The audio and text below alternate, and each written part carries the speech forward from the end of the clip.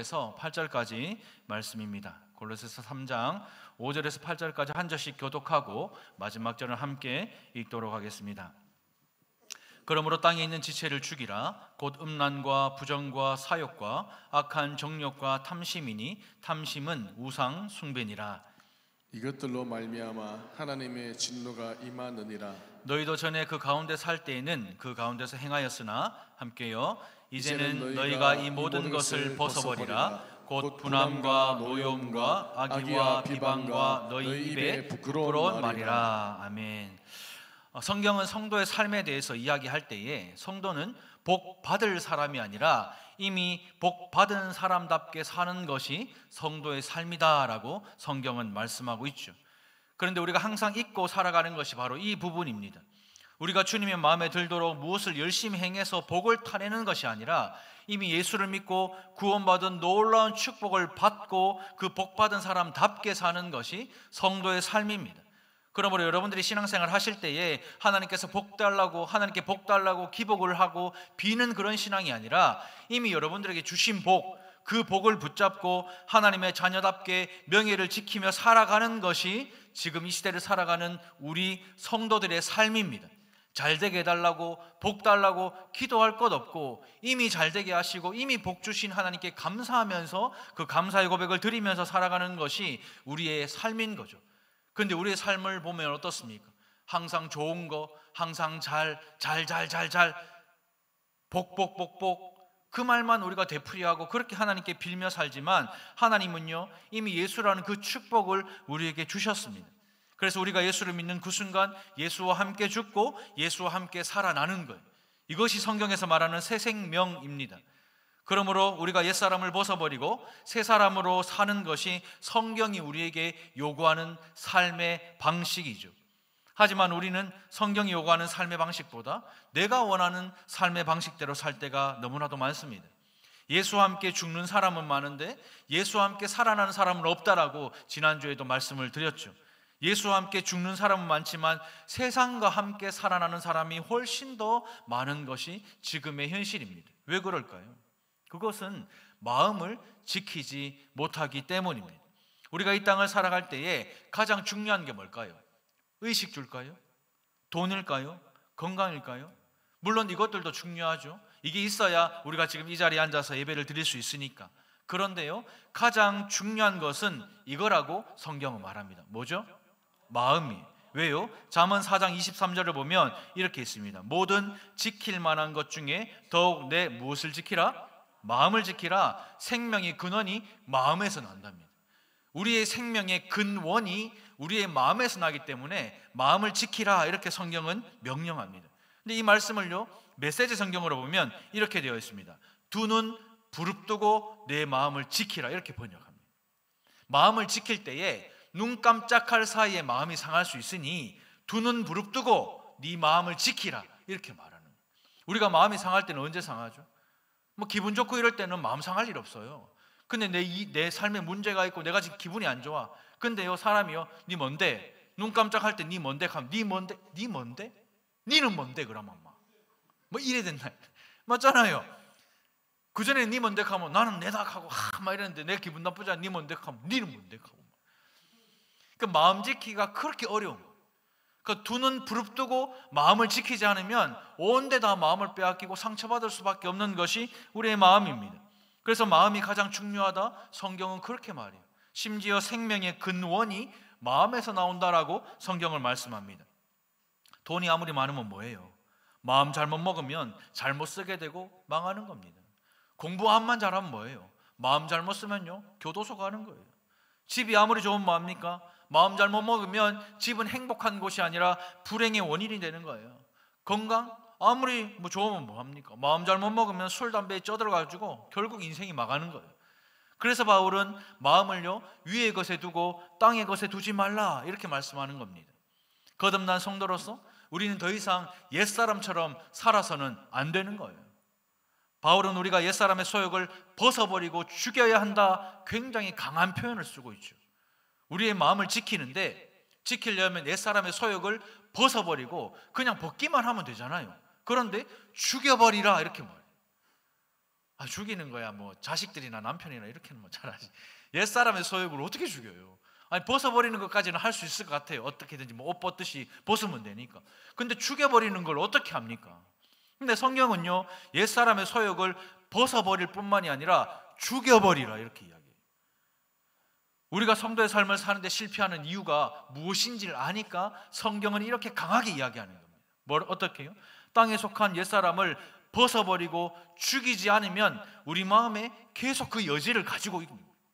계속 이 세상에 대한 그 옛사람에 대한 그 욕심에 대한 여지를 계속 가지고 있기 때문입니다. 믿음이 있다고 하면서도 그냥 좋은 게 좋은 거라 생각하며 그냥 애매모호한 태도 그 자세로 세상과 타협하잖아요. 돈과 타협하잖아요. 최선인 하나님을 선택하지 않고 차선인 세상을 선택하기 때문입니다. 주일날 예배 드려야 되는데 아주 중요한 돈 벌어야 되는 문제가 있으면 여러분들 무엇을 선택합니까? 당연히 돈 버는 거 선택하잖아요. 그리고 마음에 무슨 생각하죠? 내가 이 돈 벌어가지고 주를 위해서 쓰겠다. 그렇게 합리화하고 타협하고 그 자리로 갑니다. 그런데 성경은요, 단호하게 말해요. 절대로 타협하지 말고 선을 정확하게 그어서 옛사람을 죽이고 옛습관을 벗어버리고 죽이라. 너무 단호하고 강력하게 명령합니다. 그렇다면 성도는 무엇을 벗어버리고 죽여야 하는가? 그걸 알아야 벗고 죽일 수가 있잖아요. 5절입니다. 같이 한번 읽어볼까요? 시작. 그러므로 땅에 있는 지체를 죽이라. 곧 음란과 부정과 사욕과 악한 정욕과 탐심이니 탐심은 우상 숭배니라. 옛사람 혹은 땅에 있는 지체를 죽이라 이렇게 말하는데 그 땅에 있는 지체에 남아있는 행위가 무엇이길래 성경은 벗어버리고 죽이라 이렇게 말합니까? 5가지입니다. 뭐죠? 음란, 부정, 사욕, 악한 정욕, 탐심. 이 5가지 항목이 등장을 하는데 이것이 땅에 있는 지체에 있는데 그것을 하나로 묶으면 우상 숭배다라는 거예요. 탐심만이 우상 숭배가 아니라 음란과 부정과 사욕과 악한 정욕과 탐심 다 또대리 뭉치면 하나 뭐요? 우상 숭배예요. 요한계시록을 보면 상인 장사꾼들이 등장을 합니다. 그리고 그들이 물건을 사고 파는데 심지어 표본하지 않는 영혼을 사고 파는 행위가 요한계시록에 등장합니다. 이걸 보면 지금 이 시대도 원하는 것을 얻기 위해 영혼을 파는 세상이다 이렇게 말하잖아요. 칼빈은요, 기독교 강요에서 이렇게 말합니다. 인간의 마음은 우상 공장이다. 동의하십니까? 공감하세요? 인간의 마음은 우상의 가게가 아니에요. 그냥 사고 파는 그런 가게가 아니라 우리의 마음은 우상 공장이랍니다. 우상을 찍어 만드는 공장. 여기 보면 대기업도 있고 중소기업도 있고 작은 기업도 있겠지. 우리의 마음과 생각은 항상 악할 뿐입니다. 그냥 우상 공장이에요. 이것을 다른 말로 표현하면 하나님보다 더 사랑하는 것이 생기면 그 순간이 영혼을 파는 거예요. 지금도 이 시대를 보면 원하는 걸 얻으려고요, 하나님보다 그걸 더 선호하고 그걸 더 선택하잖아요. 성경에서 말하는 우상 숭배가 뭡니까? 돌, 부처, 아니면 마리아, 해와 달과 별, 그 앞에서 비는 것도 우상 숭배죠. 하지만 성경에서 말하는 진짜 우상 숭배는 세상의 마음을 파는 거예요. 내 마음을 팔면 그 사람은 우상 숭배자입니다. 하나님보다 더 세상을 사랑하면 그 사람은 우상 숭배자입니다. 세상의 마음을 파는 것이 뭡니까? 쉽게 말하면 말씀보다 세상 선택하는 거예요. 말씀을 듣는 시간보다 세상을 사는 시간을 선택하는 것이고, 말씀을 보는 시간보다 세상을 보는 시간을 선택하는 것입니다. 그렇다면 이번 한 주간 여러분들의 삶은 하나님을 예배하는 삶이었습니까? 우상을 숭배하는 삶이었습니까? 여러분들의 스케줄 한번 따져볼까요? 말씀을 보는 시간, 묵상하는 시간, 기도하는 시간, 찬양하는 시간, 예배드리는 시간 다 또들이 뭉치도 하룻밤 내 잠자는 시간에 못 맞추잖아요. 하루 24시간 중에서 여러분들은 얼마나 하나님을 선택하고 하나님께 나아갑니까? 그렇게 보면 실제 우리의 삶을 보면 그냥 우상 숭배하는 거예요. 그냥 우상 숭배자인 거예요. 근데요, 성경은요, 세상을 살지 마라, 무조건 성경 말씀대로 해라, 세상을 보지 마라 이렇게 말씀하지 않습니다. 성경 보십시오. 세상 잘 살아라, 세상 잘 보라, 그렇게 성경은 우리에게 말합니다. 근데 세상을 잘 살고 세상을 잘 보려면 하나님의 말씀으로 잘 살고 하나님의 말씀으로 잘 봐야 되는 거예요. 그런데 우리가 하나님의 말씀 없이 세상을 잘 살려고 하고 세상을 잘 보려고 하니까 실패와 좌절을 맛보는 거죠. 우리는요, 땅에 있는 전부를 가져도 채워지지 않아요. 동의하십니까? 육체를 입고 있는 우리는 땅에 아무리 좋은 게 있어도 채워지지 않아요. 아이폰 17세가 나오죠. 우리나라에 나오지도 않은데 신청해서 받아요. 그러면 우와 하죠. 그럼 한 달 뒤에 TV에 아이폰 17 플러스 이제 하잖아요. 그러면 이건 똥값 돼. 중고가 됩니다. 좋은 차가 나와가지고 우리 집에 좋은 차 샀어요. 좋은 차 사가 막 타고 다녀요. 한 달만 타보이소. 그 다음 차 S자부터가 나옵니다. 그럼 그 똥차 되는 거예요. 똥값 되는 거죠.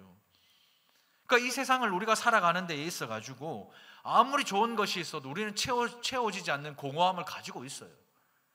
그렇기 때문에 우리는 이 시대의 흐름에 휩쓸리지 않도록 분별하도록 마음을 잘 지켜야 하는 겁니다. 그런데 마음 지키기가 쉽습니까? 어렵잖아요. 목회자인 저도 그래요. 기독교 TV 보면 대형 교회의 화려함과 인프라가 나와요. 어제도 제가 교회록이라는 그 유튜버의 방송을 보니까 제가 진짜 좋아하는 더 사랑의 교회 거기 이제 방문 취재를 한 걸 봤는데요. 와, 진짜 저도 한번 그 본당에 들어가 봤는데 다시 보니까 더 많이 좋아졌어. 진짜 좋은 거예요. 교회가 크고 좋고 성도들도 훈련을 얼마나 잘 받았는지 제자 훈련한 성도들이니까 너무 막 그 20분 영상을 보는데 진짜 부러운 거예요. 그럼 제가 그런 거 보면서 에이 이거 다 필요 없단 말. 달성교회가 짱이지. 그거 하고 싶어요. 근데 제 마음에도 우리 교회는 LED 아닌데, 우리 교회 흐리흐리하게 막 눈도 아픈데, 우리 교회 주차장 좁은데, 그 더 사랑의 교회는 8층까지 건물 져가지고 아이들 학교를 거기서 대안학교를 운영하거든요. 애들 저기서 훈련 잘 받겠네. 야 소리 계속 야 소리밖에 안 나오는 거예요. 그러면서 결국에는 아니다 그래도 우리 교회 제일 좋지. 그냥 멋쩍게 이렇게 하고 넘어갈 뿐. 이런 시대를 살아가는 목사는 참 피곤해요. 여러분들도 보는 게 많잖아요. 듣는 게 많잖아요. 여러분들 친구들 교회, 여러분들 아는 사람들 그 교회 이야기를 듣잖아요. 근데 그런 얘기를 들으면 내가 옳다 생각하고 내가 원하는 상을 딱 투사해서 실현을 시키려고 합니다. 그러니 목사들이 피곤해요. 우리 목사님 와 서울말 안 쓰노. 우리 목사님 와 키가 적노. 참고로 제가 교육자 중에 제일 큽니다. 장신이에요. 목사님 다 저보다 키 작아요. 이것도 충격적인 거예요. 말도 와 서울말 안 쓰노. 저도 서울말 쓰려고 참 애를 써봤어요. 저희 신학교가 수원에 있잖아요. 수원에 가면 다 이제 그 수도권 사람이라 다들 이제 서울말을 쓰는데 한날은 교수님이 저한테 나오라 해가지고 주기도문을 사투리로 해보라는 거예요. 사투리로 하지 말라 해도 사투리로 할 수밖에 없는데 주기도문을 막 했는데 1학년 때 일입니다. 3학년 때 졸업할 때 우리 반의 모든 전도사님들이 다 사투리 쓰고 졸업. 그거 가면 서울말 배워와야 되는데 도리어 사투리를 전하고 오는 이런. 저도 그렇게 하고 싶은데 안 됩니다. 뭐 어쩝니까? 성도들도 원하는 목사상을 저에게 딱 투사시켜 놓고 그렇게 되기를 요구를 합니다. 그래서요, 우리 목사님 왜 이렇게 안 하지? 우리 목사님 왜 저렇게 안 하지? 아니 다른 교회는 이렇게 하던데 왜 안 하지? 그런 말 하잖아요. 그런 말 듣잖아요. 마음 지키기가 정말 힘들어요. 개혁되어야 할 부분이 아니라면 제 마음속에는 늘 이렇게 답합니다. 그럼 당신이 하세요. 그럼 본인이 하세요. 겉으로 말 안 합니다. 속으로. 그럼 당신이 하세요. 본인이 하세요. 저는 뭐 말을 못해서 안 해요. 담임 목사는 뭐 말 못해서 안 합니까? 저도 여러분들한테 아니 새롭게 하소서에 나오는 성도들, 새롭게 하소서 알지요? 새롭게 하소서에 간증하면서 나오는 그런 성도들처럼 좀 되세요. 아멘. 역시 저 믿음 제일 좋다. 네가 역시 내 친구다. 제가 여러분들 만날 때마다 아니 새롭게 하소서에 나오는 성도들처럼 좀 돼보세요. 이렇게 요구를 하잖아요. 그럼 둘 다 망하는 거예요. 교회는 망합니다. 제가 볼 때 가정도 동일해. 드라마에서 봤던 주인공처럼 되라고 남편과 아내에게 요구하지 마세요. 얼굴 자체가 일단 안 돼요. 아니 얼굴이 안 되는데 자꾸 뭐 드라마에 나오는 뭐 사람처럼 배려를 받기를 원하고 사랑받기를 원하고 맨날 뒤트렁크 야면 뭐 풍선 날아가면서 와 하기를 원하고 불가능합니다. 그럼 왜 결혼했어요? 그 마음을 지키지 못하니까 자꾸 그런 비교를 하는 겁니다. 자녀도 마찬가지죠. 한 번씩 저도 자식 키우지만 어떻게 저런 아가 내 뱃속은 아니지만 와이프 뱃속에서 낳았나 싶어요. 그런데요, 딱 보면요 똑같이 생겼어요. 믿음이랑 우리 아내 똑같이 생겼어요. 남들이 보면 둘이 부부인 줄 알아요. 제가 믿음 보면 작으니까 저는 아는 줄 알고 둘이 부부인 줄 딱 닮았어요. 백집사님하고 성은이 보이소 하관 똑 닮았습니다. 백장로님하고 하은이 보이소 눈 똑 닮았어요. 인정하세요. 똑 닮았습니다.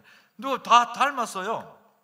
근데 우리는 이렇게 하죠. 하나님은 실수하지 않으신다네. 이 찬양 막 부르는데 뭔가 나한테는 실수를 하신 것 같아. 뭔가 우리 가정에는 실수를 하신 것 같고 하나님은 실수로 선물을 잘못 주셨지 않았을까 이렇게 생각을 하죠. 그런데 자녀에 대한 마음을 지키지 못하니까 비교하고 원망을 하는 겁니다. 마음을 지키지 못한 것이 우상 숭배라고 성경은 말씀합니다. 그러면 사람들이 왜 마음을 지키지 못할까? 그 이유가 있는데요, 사람은 누구나 양심이라는 게 있어요. 우리 마음에는 양심이 있습니다. 이 시대는 양심이 좀 힘을 많이 잃어버리기도 했지만 사람은 누구나 죄를 지을 때 양심이 그 마음에서 소리를 칩니다. 죄다, 아니다, 그러면 안 된다, 그렇게 소리치지만 사람들이 그 양심의 소리를 듣지 않고요, 내 죄를 합리화하면서 자기 마음이 원하는 대로 자기 욕구를 마음껏 누리기 위해 하나님을 섬기는 것처럼 위장하는 것이 우상 숭배인 것입니다. 우리가 교회에서도요 우상 숭배하는 사람 많아요. 이렇게 하면 안 돼요. 교회에서 신앙생활할 때 이렇게 하면 안 됩니다. 교회에서 신앙생활할 때 말씀대로 해야 됩니다. 교회에서 식당에서 식사할 때 이렇게 하면 안 돼요. 함께 교제할 때 이렇게 하면 안 됩니다. 예배 드릴 때 그렇게 드리면 안 됩니다. 다 압니다. 그런데 합리화하고 내 마음이 원하는 대로 하나님을 섬기는 거예요. 그게 우상 숭배입니다. 그래서 우리는 하나님을 영화롭게 하지 못하고 하나님을 영원토록 즐거워하지 못하고 내가 영광받고 내가 원하는 것 하기를 즐기는 거예요. 이렇게 살아가면 하나님의 진노가 임할 것이라고 성경은 경고합니다. 그렇다면 하나님의 진노를 피할 수 있는 방법이 무엇일까? 이 방법을 안다면 우리는 진노를 피할 수가 있겠죠. 오늘 말씀은 이 고민에서부터 시작이 되었는데요, 첫 번째 방법은 이것입니다. 같이 한번 읽어보겠습니다. 시작. 마음을 지키십시오. 다시 한번 읽어볼게요. 시작. 마음을 지키십시오. 마음을 지키지 않아 땅에 있는 지체를 죽이지 않고 그대로 살아가면 6절 말씀입니다. 한번 같이 읽어볼까요? 시작. 이것들로 말미암아 하나님의 진노가 임하느니라. 우리가요 이 땅에 있는 지체를 죽이지 않고 그대로 살아가면 우상 숭배이고, 우상 숭배를 하면 하나님의 진노가 임할 것이라고 성경은 반드시 경고를 합니다. 성경은요 신실하신 하나님께서 반드시 심판하신다고 말씀하십니다. 하지만 우리는 그 하나님을 그냥 제가 오늘 아침에 큐티방에 올렸던 것처럼 착한 할아버지 정도, 착한 동네 할배, 뭘 잘못해도 허허, 뭘 죄를 줘도 허허, 돈 1,000원 주고 맛있는 거 사먹으라 하고 궁디 뚫어주는 그 정도로 우리는 하나님을 인식합니다. 그러니 우리는 그 심판이 전혀 나와 상관이 없는 것처럼 살아갑니다. 우리가 믿는 하나님은, 공의의 하나님은 온데간데 없고 그냥 사랑의 하나님입니다. 잘못해도 좋고 잘해도 좋고 뭘 크게 잘못해도 좋아요. 왜요? 사랑의 하나님이니까. 아니요, 하나님은 공의의 하나님과 사랑의 하나님이십니다. 하나님은 죄와 악을 향하여 변함없이 끝까지 충돌하시고 심판하시는 분이 하나님이십니다. 어머니에서 태어나 이 땅의 모든 사람은 반드시 하나님의 심판대 앞에 섭니다. 그렇기 때문에 우리는 절대로 마음을 속여서는 안 되는 거예요. 사람이 우리의 최종 재판관이 아닙니다. 그러니 사람의 말에 상처받지 마세요. 그 사람의 행동에 상처받지 마십시오. 사람들이 문제 삼지 않으면 해결되는 것이 아닙니다. 남편 모르고 아내 모르고 이웃 모르면 괜찮은 것이 아닙니다. 우리 하나님은 다 알고 다 보고 계십니다. 누구든지 하나님 앞에서 재판받고 심판을 면할 수는 없어요. 그런데 더 충격적인 것은 하나님의 진노가 임한다라는 거예요. 여기서 임한다라는 말은 현재 진행형입니다. 이 뜻입니다. 뭐죠? 하나님의 진노가 지금 오고 있다라는 거예요. 하나님의 진노가 언제요? 지금 오고 있다라는 거예요. 하나님의 진노가 심판날 내가 죽으면 하나님 앞에 가면 임한다? 아니. 주님이 여기 오면 그 심판이 임한다? 아니. 지금 우리의 삶의 일상에 하나님의 진노가 지금 오고 있다라고 성경은 말씀하는 거예요. 나중에 온다고 하면 우리가 하면 경각심이 없지. 나중에 심판당할 때 주님 앞에 서서 심판받을 것 같으면 경각심이 누가 있습니까? 죄 짓는 거 그대로 짓고 나쁜 짓 할 거 그대로 하고 나쁜 말 할 거 그대로 하잖아요.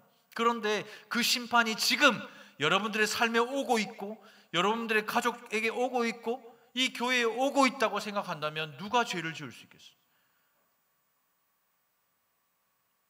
성경은요, 하나님의 진노가 지금 오고 있다 이렇게 말씀합니다. 마지막 재림의 날, 마지막 날뿐만이 아니라 이 땅을 살아가는 지금도 심판이 오고 있습니다.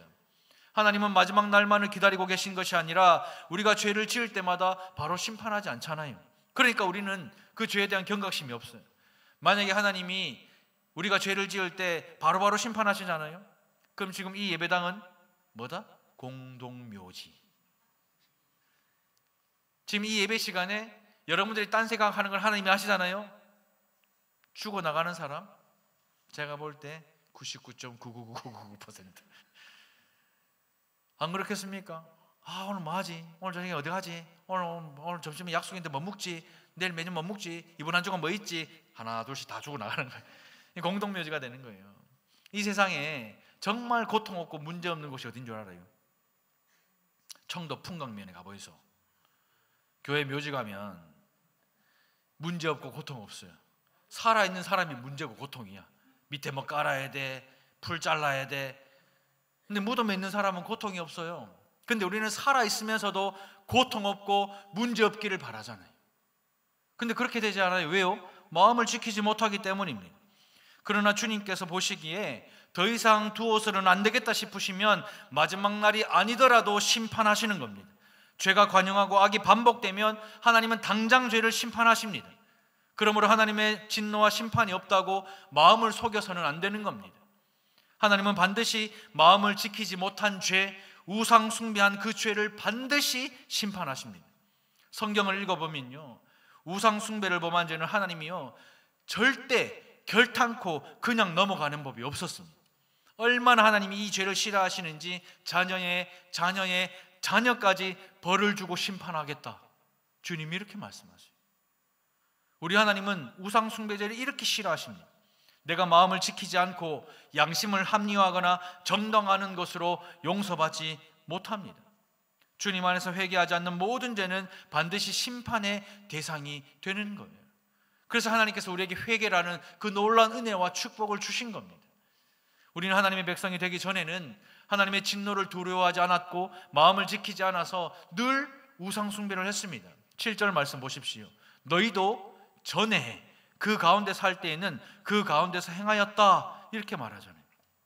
너희도 전에 그 죄 가운데 살 때는 그렇게 사는 것이 맞았어요. 우리가 예수 믿기 전에는 막말하고 쌍말하고 나쁜 말하고 나쁜 마음 품고 쓰레기 줍지도 않고 윤리적으로 살지 않고 도덕적으로 살지 않고 당연한 겁니다. 그러나 이제는 어떻게 해야 하는가? 8절 말씀입니다. 같이 한번 읽어볼게요. 시작. 이제는 너희가 이 모든 것을 벗어버리라. 곧 분함과 노여움과 악의와 비방과 너희 입에 부끄러운 말이라. 우리가 예수를 그리스도라 믿는 성도가 되었다면 분함과 노여움과 악의와 비방과 부끄러운 말 벗어버리십시오. 그렇지 않으면 하나님의 진노가 지금 오고 있습니다. 그 진노를 여러분들은 당면하게 될 것입니다.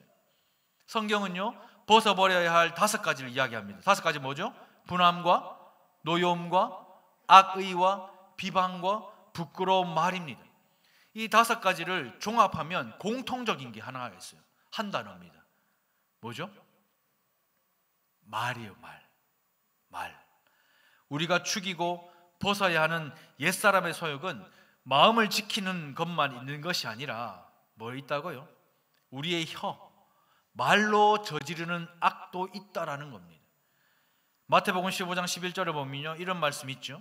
입으로 들어가는 것이 사람을 더럽게 하는 것이 아니라 입에서 나오는 그것이 사람을 더럽게 하는 것이다, 이렇게 말해요. 우리는 밥 먹고 커피 마시고 빵 먹고 싸는 똥이 더럽다고 생각해요. 그죠? 똥 묻으면 억수로 싫어하잖아요. 근데 성경은요, 똥보다 더 더러운 것이 있는데 뭐라고요? 입에서 나오는 말이라고. 입에서 나오는 그 말이 그 사람을 더럽게 하는 거예요. 내가 사랑하는 아내에게 나오는 그 말이 사랑하는 아내를 더럽게 하고, 사랑하는 남편을 더럽게 하고, 사랑하는 자식을 더럽게 하고, 사랑하는 목사를, 장로를, 성도들을 더럽게 하는 거예요. 뭐가요? 내 입에서 나오는 그것이요. 그게 말입니다. 지금 이 시대는요, 의학이 얼마나 발달했습니까? 힘줄도요 하나하나 끌어당기고 붙이고, 신경도요 하나하나 연결해서 심장도 고치고 뇌도 고치고 다 합니다. 그런데 사람의 마음은요 절대로 바꿀 수가 없어요. 심지어 이빨 빠지잖아요. 임플란트 하면 돼요. 그 옛날에 비해서 이제는 100세 시대가 진짜 가능해졌습니다. 이런 시대를 사는데도 말과 혀를 통제하지 못하는 것은 옛날이나 지금이나 똑같습니다. 오히려 먹고 살기 좋은 지금 말이 더 악독한 거예요. 먹고 살기 힘들 때는 내 마음에 여유가 없으니까 말할 여유도 없고 힘도 없는데, 먹고 살기 좋으니까 이제는 여유가 많으니까 여기저기다가 오만 말 다 하고 다 내뱉고 다니는 거예요. 하지만 성도가 된 이후에는 옛사람의 나쁜 언어 습관을 버려야 합니다. 야고보서 1장 26절입니다. 누구든지 스스로 경건하다 생각하며 자기 혀를 제갈 물리지 아니하고 자기 마음을 속이면 이 사람의 경건은 뭐라고요? 헛것이라. 헛것이랍니다. 자기 스스로 믿음이 있다, 구원의 확신이 있다, 나는 신앙생활을 잘한다, 나는 장로다, 목사다, 집사다, 성도다 이렇게 말하면서도 자기 혀를 통제할 줄 모르는 사람은 가짜랍니다. 헛것이랍니다. 여러분들이 이 말씀을 들으시고 마음에 담으십시오. 목사라도 장로라도 어떤 직분을 가졌다 할지라도 혀를 통제할 줄 모르는 사람은 마음을 속이는 자이고, 이 사람의 경건은 헛된 것이며 오고 있는 하나님의 진노를 직면하게 될 것입니다. 내가 가진 직분으로, 내가 가진 신앙의 연수로, 내가 가진 신앙의 배경으로 우리의 믿음을 합리화하고 돌이키지 않는다면 하나님의 진노가 임할 것입니다. 하나님의 진노가 지금 오고 있습니다. 마음을 지키지 않는 것이 우상 숭배입니다. 그러므로 스스로 속이고 합리화시키지 마시고 마음을 지켜 하나님의 진노를 피하는 복된 성도들 되시기를 주님의 이름으로 축원드립니다. 두 번째 방법은 이것입니다. 같이 한번 읽어보겠습니다. 시작. 입을 지키십시오. 한 번 더요. 입을 지키십시오. 두 번째는요, 마음을 지켰다면 이제는 입을 지키는 겁니다.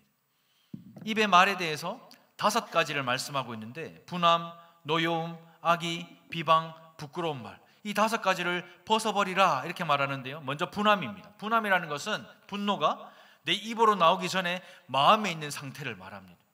마음속에 지속적으로 미움과 분노와 증오가 있으니까 그 사람을 보면 속으로 욕하는 거예요.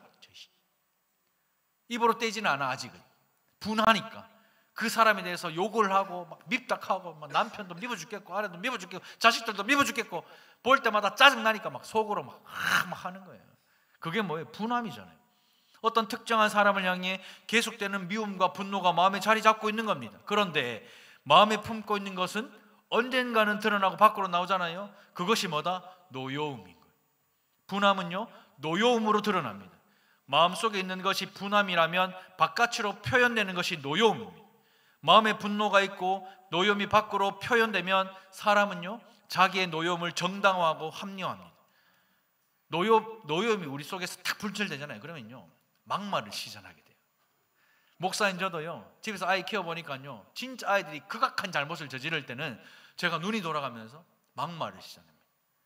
그래서 제가 믿음이한테 예전에 진짜 많이 했던 말인데, 네가 짐승이가 생각 안 되나? 생각 못 하나? 짐승이야? 그냥 이 말을 진짜 저는 자주 했어요. 근데 나중에 야가 이제 성장을 하고 나서 울면서 저한테 와서, 저한테는 무서워서 말 못하고 아니한테, 아빠가 짐승이라 한 말 때문에 내가 마음의 상처를 너무 많이 받았다. 그래서 제가 사과를 했어요. 그 말 듣고 나중에는 우리 가족 예배 드릴 때, 믿음아 정말 미안하다. 아무리 사랑하는 자식이라도 마음에 노여움이 있으면 막말을 하게 되는 거예요. 아무리 사랑하는 교회라도, 아무리 사랑하는 목사고 장로라도 내 마음에 노여움이 있으면 막말을 하게 되는 겁니다. 그러면서 마음에 뭘 품죠? 악의를 품는 거예요. 악의가 뭡니까? 그 사람에게 해를 가하려고 계획을 세우는 거예요. 노여움을 정당화하고 합리화하면서 해를 가하려는 계획을 세우면 양심의 가책은 이제 없습니다. 이렇게 3단계를 거치잖아요. 그 다음부터는 거칠 게 없어. 그냥 거침없이 비방하고 거침없이 부끄러운 말들을 쏟아내는 겁니다. 김관성 목사님이라고 울산의 낮은담 교회를 개척하신 유명한 목사님이 계십니다.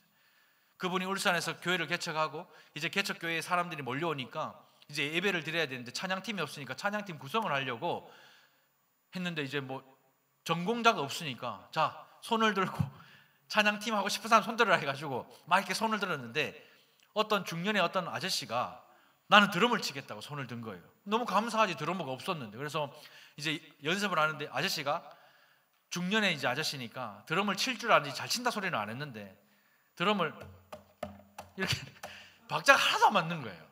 그래가지고 한 달을 이게 부목사님 해보니까 너무 힘이 드는 거예요. 이건 안 된다. 그래서 이제 담임 목사님 찾아가서 목사님 진짜 안 된다. 이거는 정말 내가 어떻게 해보려고 해도 안 된다 하니까 목사님이 그러면 빠른 곡을 하지 말고 느린 곡을 하면 되잖아. 그러니까 그래서 다음 주에 느린 곡을 해볼까? 더 느려. 그러니까 안 맞는 거예요. 경호에 드럼 치지 막 드럼 안 맞으면 아무것도 안 맞거든요. 그러니까 너무 힘드니까 도저히 안 되겠다, 못 하겠다 이렇게 하니까 목사님이 그러면 드러머를 좀 더 뽑아가지고 한 주 한 주 이렇게 로테이션을 하도록 하자 해가지고 이제 부목사님이 그분에게 전화해서 설명하는 그분이 무슨 소리 하십니까? 내가 하고 싶다고 손들었는데 내가 하고 싶다고 손들었으면 나를 시켜야지. 저는 로테이션 못합니다. 저는 제가 계속 치겠습니다. 이렇게 한 거예요. 그래서 이제 김관성 목사님이 이제 부목사님이 얘기를 하니까 목사님이 이제 교육자 회의 때에 휴대폰을 이렇게 스피커폰 해놓고 전화를 했어요. 담임 목사니까 자기 말은 듣겠지 싶어가지고 전화를 해서 집사님 교회 지금 정책이 이렇게 됐어요. 그러니까 좀 순종하고 따라 주실 수 있겠습니까? 하니까 그분이 야 이 개새 이렇게 말한 거예요. 너무 화가 나가지고 야 이 개새. 근데 스피커폰이잖아요. 옆에 있는 목회자들이 다 들은 거예요. 충격을 받은 거예요. 어떻게 집사님의 입에서 목사한테 개새. 너무 충격을 받아가지고 이 김관성 목사님이 손을 덜덜덜 떨면서 집사님 지금 방금 개새한 거 사과하십시오. 이거 사과 안 하면 집사님 교회와 성도들과 목회자들한테 부끄러워서 교회 못 다닙니다. 사과하세요 하니까 그분이 내가 개한 거 미안합니다 이렇게 한 거예요. 아니요, 똑바로 말하세요. 개새한 거 사과하세요. 그러니까 그분이 제가 개새한 거 미안합니다. 아니요, 분명하고 똑바르게 사과하세요. 개새한 거. 그러니까 그분이 개새한 거 죄송합니다. 그리고 1년을 더 다니다가 도저히 자기 양심이 너무 힘들고 어려워서 교회를 떠났대요. 말이라는 게 이런 거예요. 주변에 이런 일들이 얼마나 많습니까? 누군가의 인격에 흠을 내고 주변을 불편하게 만들고 하나님의 자녀다운 명예를 짓밟으면서도 아무런 죄책감이나 주저함이 없어요. 비방하는 말로 한 인격을 완전히 죽여버립니다. 상대방이 쌓아온 평생의 삶을 다 말로 허물어버리고 완전히 불태워버리면서도 그 인생 자체를 부정하는 악한 비방을 서슴지 않고 내뱉는 게 우리 아닙니까? 주변에 이런 일들 얼마나 많아요. 심지어 교회 안에도 이런 일들이 종종 봅니다. 화가 나잖아요. 막말 시즌 장난 아닙니다. 목사든 장로든 상관없어요. 하나님이 내 앞에 있다고 아무리 이야기해도 쌩까 그냥 자기 감정의 말 다 토해냅니다. 저는요 이런 일들이 들리고 보일 때마다 친절한 금자씨에 나오는 대사를 항상 인용합니다. 이겁니다. 같이 해볼게요. 시작. 너나 잘하세요. 여러분들에게 제가 방법을 알려주는 거예요. 마음 잘 지키고 입을 잘 지키려면 마음속으로 이렇게 말하세요. 너나 잘하세요. 그래서 제가 이렇게 목회를 계속하고 있는지 몰라요. 잠언 25장 11절에 이렇게 말씀하죠. 경우에 합당한 말은 아로 새긴 은쟁반의 금사관이라. 말이라도 합당하게 하면 이 사회가, 이 교회가 얼마나 많이 달라질까? 여러분들의 가정, 직장이 얼마나 많이 달라질까? 경우에 합당한 말은 은쟁반의 금사가라고 왜 성경에 은과 금의 아름다운 조화를 이야기를 하겠습니까? 시기에 적절한 말과 지혜로운 말은 단순히 소통하는 것을 넘어서서 그 사람의 마음을 움직이고 상황을 아름답게 만드는 힘이 있기 때문에 그렇습니다. 우리 달산교회 식당에서 은쟁반의 금사가는 누굽니까? 누굽니까? 황은주. 아시겠어요? 우리 달산교회 식당에서 은쟁반의 금사가는 황은주 권사입니다. 우리 달산교회 주차장에서 은쟁반의 금사가는 누굽니까? 이종광 집사님입니다. 제가 왜 이런 말 합니까? 말하지 마세요. 시키는 대로 하세요. 그것이 조화예요. 하지만 우리의 대부분은요, 말할 때와 잠잠할 때 구별 못해요. 내가 옳다고 믿는 신념 가지고 감당치 못할, 나중에 되면 부끄럽게 될 말 다 쏟아내는 겁니다. 그냥 정직하게 자기를 보려고 하지 않아요. 내 방식에 합당하다고 여기면 악한 말 서슴없이 쏟아냅니다. 다르다고 생각하지 못하고 틀리다고 생각하면서 온갖 말로 다 공격합니다. 칼로 입힌 상처는요, 시간이 가면요 회복되잖아요. 말로 찌르고 상하게 하면요, 어지간해서는 회복 못합니다. 둘 중에 하나는 죽어야 돼요. 말로 상처를 주면 말로 사과하면 돼요. 맞잖아요. 말로 내가 부끄럽게 했으면 부끄러움을 무릅쓰고 말로 회개하고 말로 그냥 하면 되는데 우리의 자존심이 허락하지 않아. 근데 우리는요, 한 입에서 찬송과 저주가 나가는 그런 신앙생활을 하고 있지 않습니까? 우리의 입을 의의 병기로 잘 사용해야 되는데 하나님께 기도도 하고 찬양도 하면서 동시에 다른 사람을 헐뜯고 말로 죽이기도 합니다. 의의 병기로 사용하라고 성경은 분명히 이야기하는데 불의의 병기로 사용하는 우리의 삶을 보면 하나님의 진노를 피할 수가 있을까요? 우리 자식에게 오고 있는 그 하나님의 진노를 피할 수가 있을까요? 말하는데 돈이 듭니까? 큰 수고가 필요합니까? 아니. 그런데 이 입을 가지고 사랑합니다, 축복합니다, 기도합니다, 이 말을 예배 시작 전에는 인사로 하지 우리 삶에서는 왜 이렇게 안 됩니까? 입은요, 하나님이 주신 귀한 우리 공동체인 교회와 여러분들의 가정과 사랑하는 자녀와 남편 아내를요 살리기도 하고 죽이기도 하는 거예요. 사람들은 손발을 사용해서 때리고 나쁜 짓 해야 악하다 생각하지만 그렇지 않습니다. 말보다 더 큰 피해를 주는 것은 없습니다. 칼로 사람 찔러 죽이지 않아도요 말로 죽일 수 있어요. 네 같은 거 필요 없다, 나가 죽어라. 진짜 나가 죽는 거예요. 제가 지난주에 라이정 집사님 신방 갔다가 들은 이야기인데, 집사님 제자가 아직 어리잖아요. 아파트에서 뛰어내려 죽었어요.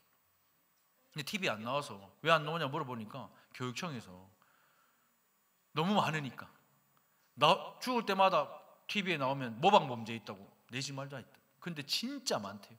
요즘 청소년들이 스스로 생을 마감한 애들이 정말 많답니다. 얼마 전에는 부산에 예고의 3명이 같이 뛰어내려 죽었잖아요. 말이요, 사람을 죽이기도 하고 살리기도 하는 겁니다. 날카롭고 악한 말 한마디가 영혼을 상하게 하고 인격을 파괴하는 거예요. 그럼에도 성도들은 그 심각성을 모르고 예수 믿는다고 스스로 자부하면서 입을 다스리지 않아요. 오늘 추수감사주일입니다. 자, 좌우 앞에 계신 분 봅니다. 자, 옆에 계신 분 먼저 볼게요. 자, 옆에 감사합니다. 일부 예배 안 해도 감사합니다. 자, 뒷사람 볼게요. 감사합니다. 성도들이 해야 할 말은 하나님과 사람에 대한 감사입니다. 담임 목사로 제가 진짜 부족하고 자격 없죠. 말도 막 하고 막. 그런데 저를 받아주는 성도들은 이 세상에 여러분들밖에 없습니다. 감사합니다. 예? 감사합니다. 우리 교육자들을 아낌없이 사랑해주는 성도들은 진짜 이 세상에 여러분들밖에 없어서 우리 대표에서 남 목사님 감사합니다. 감사합니다 했어요. 말로 해야 되지. 근데 더 충격적인 건 뭔지 알아요? 죄인의 괴수와 같은 여러분들을 받아주는 교회는 달산교회밖에 없습니다. 달산교회 감사하십시오. 나의 모난 성격을 다 받아주며 사는 배우자 같은 사람 이 세상에 없어요. 배우자에게 감사하십시오. 변함없이 신실하게 우리를 지키시고 보호해 주시는 분은 예수님밖에 없습니다. 예수님께 감사하십시오. 제가 책을 팀 켈러의 정의란 무엇인가라는 책을 읽었는데요, 이 책을 보면 성경이 가르치는 정의는 따뜻한 정의라고 합니다. 우리가 율법의 잣대를 갖다 대고 니는 왜 이렇게 하니? 니 왜 저렇게 하니? 무조건 이렇게 해. 그게 아니라 그렇게 할 수 있도록 길을 열어주고 그렇게 갈 수 있도록 함께 가주는 것, 그것이 정의입니다. 아버지 하나님이 죄인을 포기하지 않고 구원하기 위해서 아들의 십자가에 달아 죽이셨지만, 그래서 공의와 사랑을 만족시키셨지만, 동시에 죄인인 우리에게 살 길을 열어주는 것이 교회와 성도가 행해하는 정의입니다. 교회 안에서 정의를 실현하려면 분함과 노여움을 쏟아내지 말고 먼저 십자가에 죽으십시오. 그것이 이 교회 안에 정의를 실현하는 것입니다. 사람들은요, 정의라는 이름으로 입을 열어서 마구 쏟아내요. 심지어 교회 안에서도 정의라는 이름으로 입을 열어 마구 쏟아냅니다. 성경이 성도에게 요구하는 정의는 입으로 실현됩니다.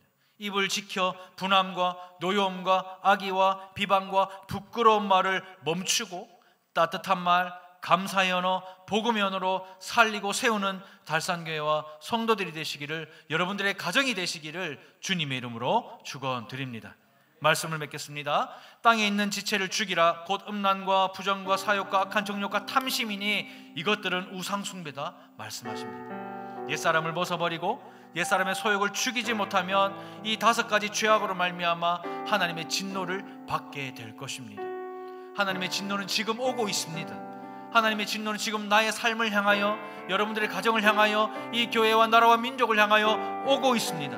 마음을 지키지 못하면 당장이라도 하나님의 진노를 받게 될 것입니다. 이제 예수를 믿었으니 이 모든 것을 벗어버리십시오. 양심을 속이고 합리화하지 말고 생명의 근원인 마음을 잘 지키십시오. 이제는 너희가 이 모든 것을 벗어버리라. 곧 분함과 노여움과 악의와 비방과 너희 입에 부끄러운 말이라 말씀하십니다. 입을 지키십시오.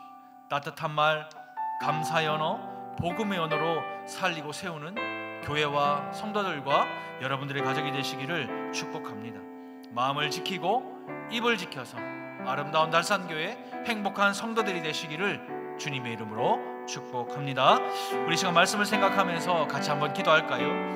하나님, 내가 마음을 지키지 못했던 것들 주님 앞에 회개합니다. 하나님, 이제 내가 마음을 지키고 나의 입을 지켜서 사랑하는 우리 교회와 사랑하는 우리 가정과 사랑하는 우리 남편과 자녀들을 세우고 살리는 일에 나를 사용하여 주시옵소서. 나의 힘으로는 할 수 없으니 주님의 마음을 내게 주셔서 주님의 마음 가지고 예수의 심정 가지고 살리고 세우는 우리가 되게 해달라고 우리 시간 주여 역사하여 주옵소서 한번 무리 읽고 기도합니다. 주여 역사하여 주시옵소서. 사랑하는 주님, 주의 말씀 앞에 섭니다. 하나님, 이 시간 주의 말씀을 주셨으니 하나님, 이제는 땅에 있는 지체를 죽일 수 있도록, 그 우상 숭배를 죽일 수 있도록 우리의 마음을 지킬 수 있는 믿음 다하여 주시고, 분함과 노여움과 악의와 비방과 입의 부끄러운 말들을 버릴 수 있도록 우리 입을 지킬 수 있는 은혜를 허락하여 주셔서 따뜻한 말, 감사의 언어, 복음의 언어로 살리고 세우는 달산교회와 성도들과 우리의 가정이 되게 하여 주시옵소서. 우리의 마음을 지키고 우리의 입을 지켜서 아름다운 교회 행복한 성도들이 될 수 있도록 주님 함께 하시고 역사하여 주시옵소서. 살리는 교회, 살리는 사람, 세우는 교회, 세우는 사람들이 될 수 있도록 하나님, 우리의 죄악들을 용서하여 주시고 우리를 불쌍히 여겨주시고 긍휼히 여기시어 예수의 마음, 그 주님의 마음을 나에게 허락하여 주셔서 예수의 마음을 가지고 나를 향하신 주님의 뜻을 알고 그 뜻을 위하여 우리의 입을 지키며 마음을 지킬 수 있도록 은혜를 더하여 주시옵소서. 하나님의 놀라신 은혜가 우리 삶 가운데 있게 하여 주시옵소서. 그렇게 우리의 삶을 인도하여 주시옵소서.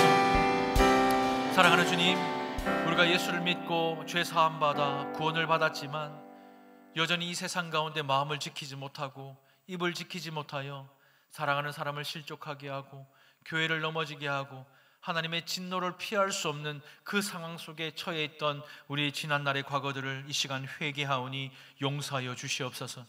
회개는 잘못한 것을 말하는 것이 아니라 믿음으로 돌이키는 반응이라고 말씀하셨으니 하나님, 오늘 이 말씀을 통하여 우리가 이제는 마음을 지키며 입을 지키게 하여 주시옵소서. 음란과 부정과 사욕과 악한 정욕과 탐심, 이 우상 숭배를 내어버리며 우리의 마음을 잘 지켜내게 하시고 분함과 노여움과 악의와 비방과 입에 부끄러운 말, 거기에서부터 우리 입을 지켜서 따뜻한 말, 감사의 언어, 복음의 언어로 살리고 세우는 교회와 성도들과 가정이 되게 하여 주시옵소서. 추수감사주의를 맞아서 감사합니다. 이 고백이 우리 삶의 고백이 되게 하여 주옵소서. 우리의 힘으로는 할 수 없으니 예수의 마음, 주님의 마음을 우리에게 허락하시어 이번 한 주간 따뜻한 한 주가 될 수 있도록 은혜를 부어 주시옵소서. 살아계신 예수님의 이름으로 기도드립니다. 아멘. 이 시간 몸이 불편하지 않으신 분들은 다 같이 자리에서 일어나셔서 우리 찬양으로 우리의 신앙을 고백하며 한 주 이렇게 살기로 결단하겠습니다. 이 시간 우리 목소리를 모아서 함께 주님을 찬양합니다. 보소서 보소서 주님, 나의 마음은 선한 것 하나 없습니다. 선한 것 하나 없습니다. 그러나 내 모든 것 주님께 드립니다. 그러나 내 모든 것 주께 드립니다. 사랑으로 안으시고 날 새롭게 하소서. 주님 마음 내게 주소서. 내 아버지 주님 마음 내게 주소서. 나를 향하신 주님의 뜻이 이루어지도록 주님 마음 내게 주소서. 주님 마음 내게 주소서. 한 번 더 고백합니다. 주님 마음 내게 주소서. 내 아버지 주님 마음 내게 주소서. 나를 향하신 주님의 뜻이 이루어지도록 주님 마음 내게 주소서. 우리 하나님께 영광의 박수 올려드리겠습니다. 나의 힘으로는 마음을 지킬 수 없습니다. 우리의 입을 지킬 수는 없습니다. 그러나 주님의 마음이라면 우리의 마음을 지키고 우리의 입을 지킬 수가 있습니다. 우리 하나님은 하나밖에 없는 아들 예수를 십자가에 죽이시기까지 우리를 사랑하셨습니다. 우리에게 잘못한 사람이 있더라도 우리가 그 마음과 그 심정으로 용서하며 돌이킬 수 있는 이번 한 주가 되기를 축복합니다. 이제는 우리 주 예수 그리스도의 은혜와 하나님의 다함없는 사랑과 성령님의 감화감동 교통 역사하심이 주님의 마음으로 마음을 지키며 입을 지키기로 결단하는 우리 모든 성도들 머리 위에 이제로부터 영원토록 함께 있을지어다. 아멘.